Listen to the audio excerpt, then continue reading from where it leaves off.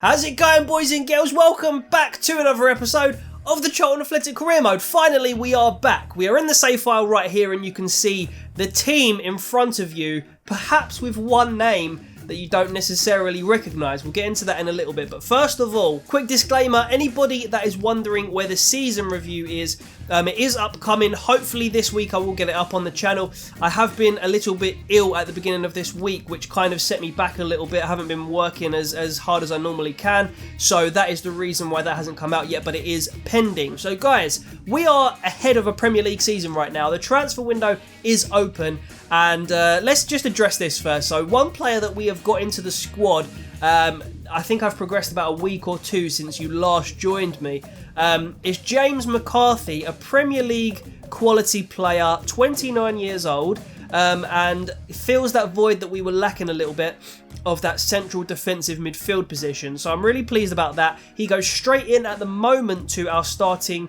11. Reece Oxford then drops back to centre-back.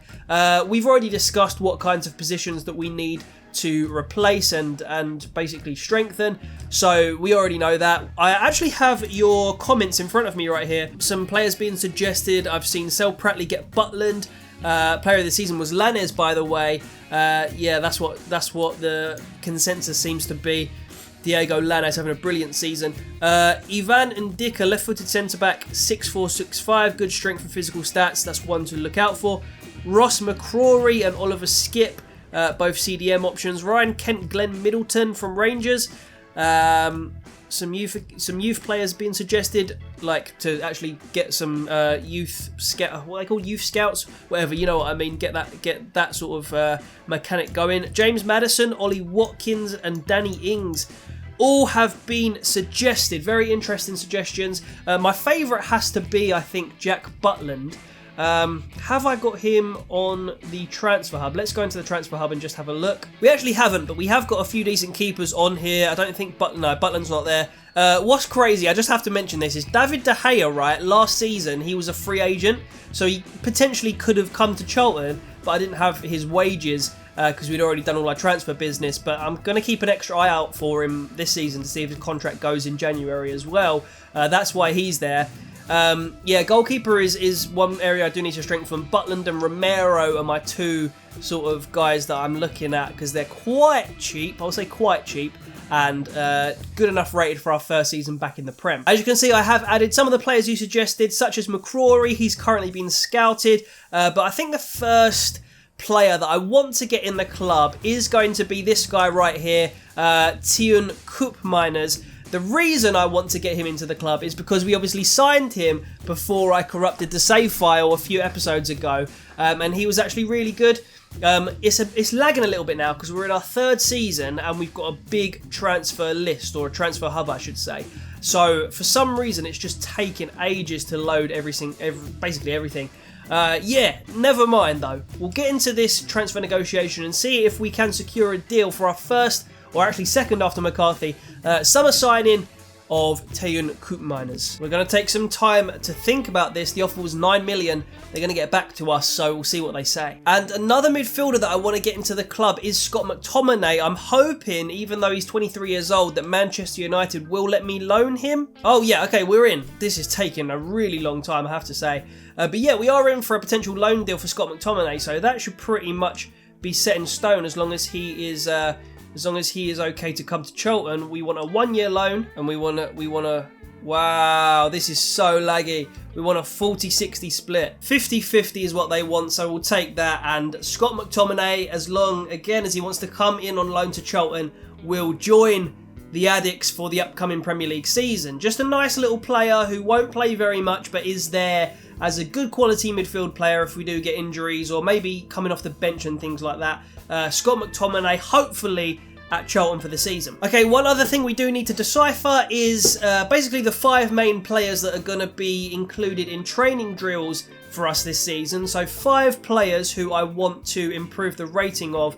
I think we've got to go with Diego Lanez because he's going to be an absolute world beater. So for now, these are the 5 that I am training up. Lanez, Aribo, Foyt and De Boer, as well as Albie Morgan. This does leave a fair few players out like Brewster, Stengs as well, Reece Oxford, Jada Silva, so we will have to chop and change this when they reach certain ratings, if they get injured, that kind of thing. But for now, let's simulate this and see if anybody does very well. Lanes and Aribo do well. The other three, though, get D grades. Not the best, but yeah, that's how we're going to go with it for now. So I am in the European International Cup, and the three opponents in my group are Real Sociedad, Werder Bremen, and Feyenoord.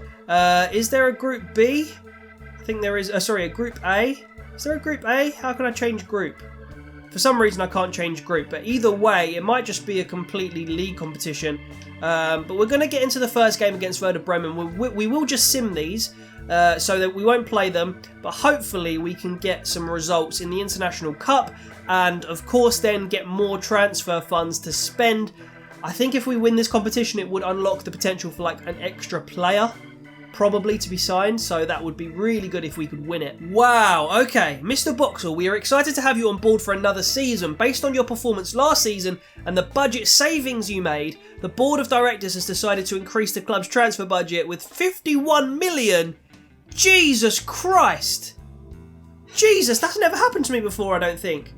This gives you a total transfer budget of 61 million.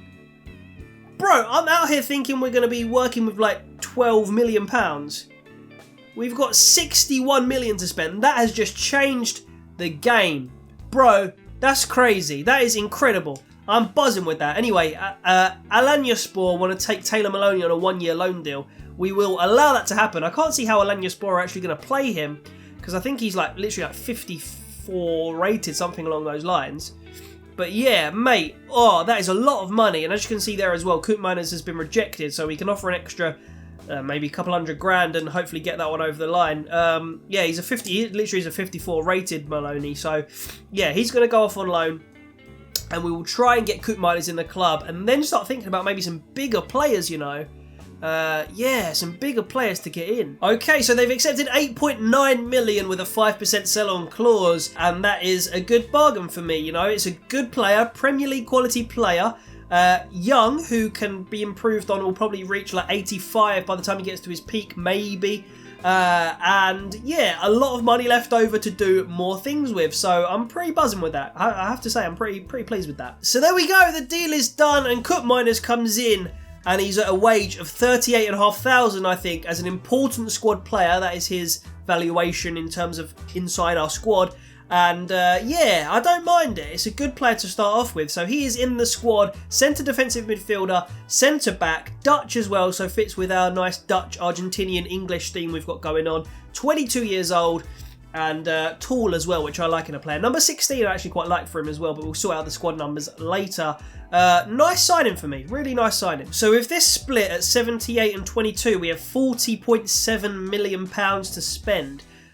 We've discussed the positions, like I said, goalkeeper, fullback potentially, and I think midfield is pretty much done now. We've literally signed 3 midfielders, haven't we? So yeah, I'm gonna have a look at some players, and we'll cut to it when I do decide on who's going to come into the club, or at least who we're going to make a bid for. By the way, confirmation here of our free transfer who has arrived. El Abdeloui is going to provide competition with Dijkstil at right back. And yeah, let's go into some more signings hopefully now, and also there will be some games in between from the pre-season tournament as well. So our first game of the pre-season tournament is going to be against Werder Bremen. We have an injury, or sorry, not an injury, but Stengs. I think he's been on international duty and he is not quite up to it. He's not fully fit. And then El Abdeloui can't make his debut because he is currently on international duty.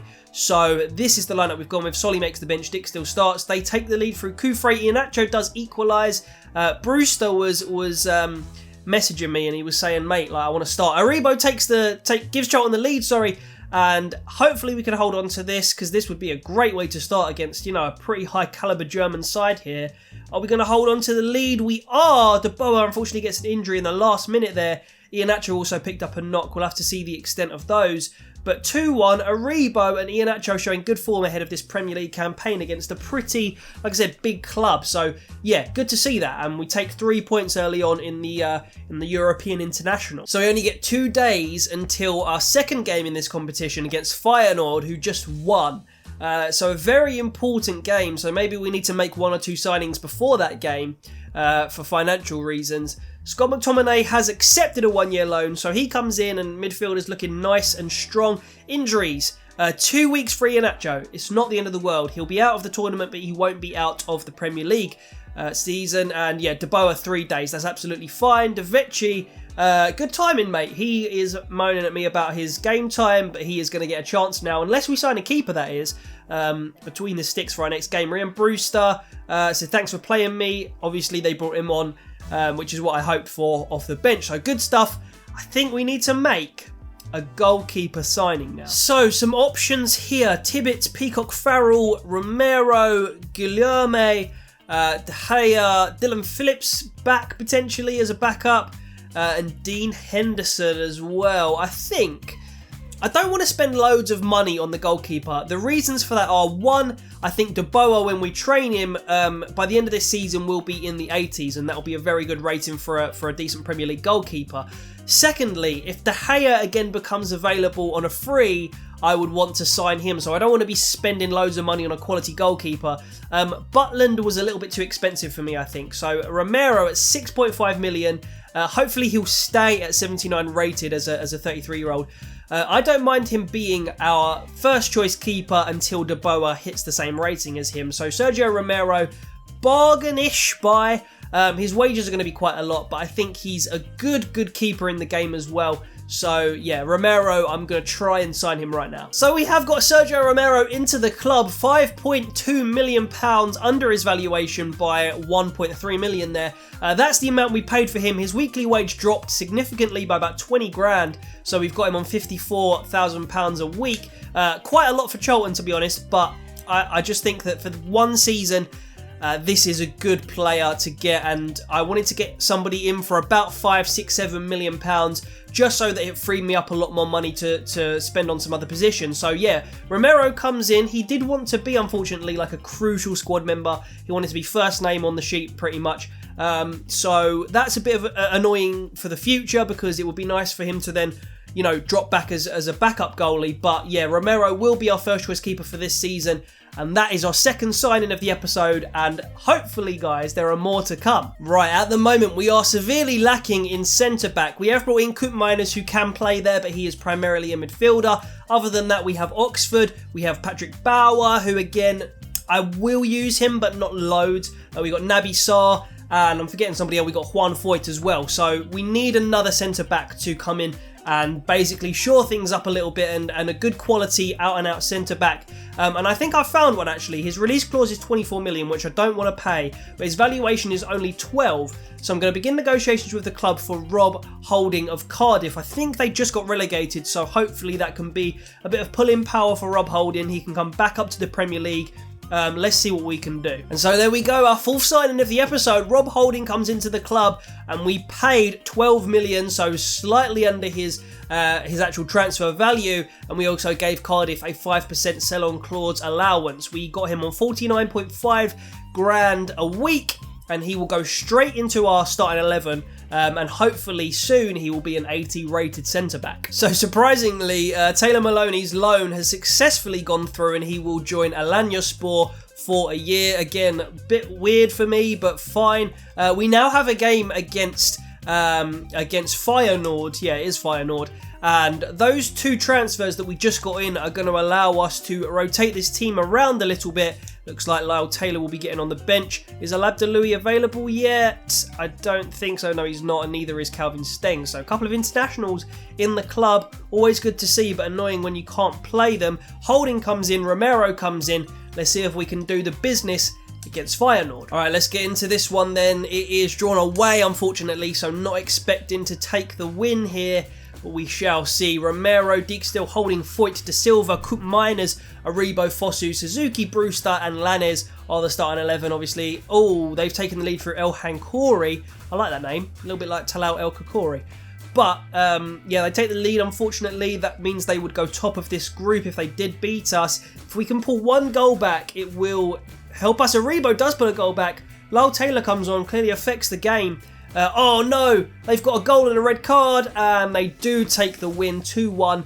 Johnny Williams did come on, as well as Chris Solly, but we didn't manage to get the 3 points or even the 1 point. We do unfortunately take a loss against Feyenoord, which means this game, as you can see there by the standings, is really important because whoever wins out of Real Sociedad and Charlton here are going to progress to the knockout stages of the what's it called? The European International Cup. Yes, so I'm just going to go through the lineup, make sure it's as strong as we can field, and then we'll get into the game. And it practically is the strongest we can field, so we'll get straight into the game. Real Sociedad, this is a big one. Financially speaking, it might, again, if we win this competition, enable us to sign that one extra player or maybe get that slightly higher caliber player. They've got a decent team. Apparently they've signed Jamie Vardy, which is really interesting, who actually scores against us. That's not good. I think if we draw, we don't win. Lanes does score a penalty. Vardy misses a penalty. If we get one more goal, then it means that we would win the competition.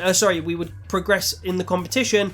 Are we going to get that goal? Williams comes on for Fosu, Llorente for Sanyan. Come on, someone score it, someone score it, someone score it. Suzuki scores it!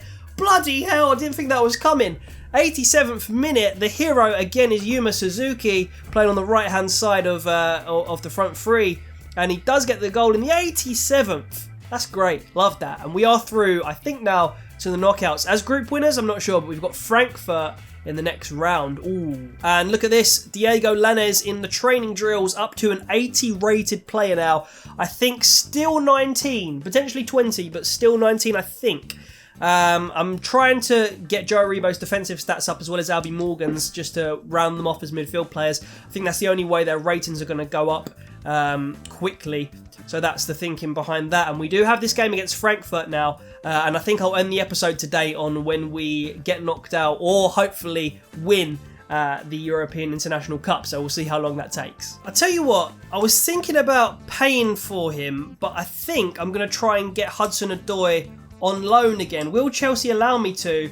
We shall find out. They will let me go for a loan offer for Hudson-Odoi. He could be a really good player for us this season. If he decides to join us. So let's see if we can get that done. And they agree to split the wages 40-60. And again, as long as Hudson-Odoi agrees to it, he will be coming to Charlton for another season. I might buy him if he plays well again this season. Maybe. We'll see. Frankfurt in the semi-finals. We're going to sim the match. We have El Abdeloui and we have Stengs both available again. So they are getting starts today. Romero again in goal. Holding in centre-back alongside Foyt again. You can see the team there. All we need is a win, and Lanes makes that very possible by putting us 1-0 up early on in the game. They, again, Frankfurt, a good German team, a very good big club in Germany. So if we can get the win against them, it's a sign of things to come, I'm telling you. 70 minutes played, 1-0 still the score. Lyle Taylor comes on for Calvin Stengs, and does he? Yes, he stays on for the 1-0 victory.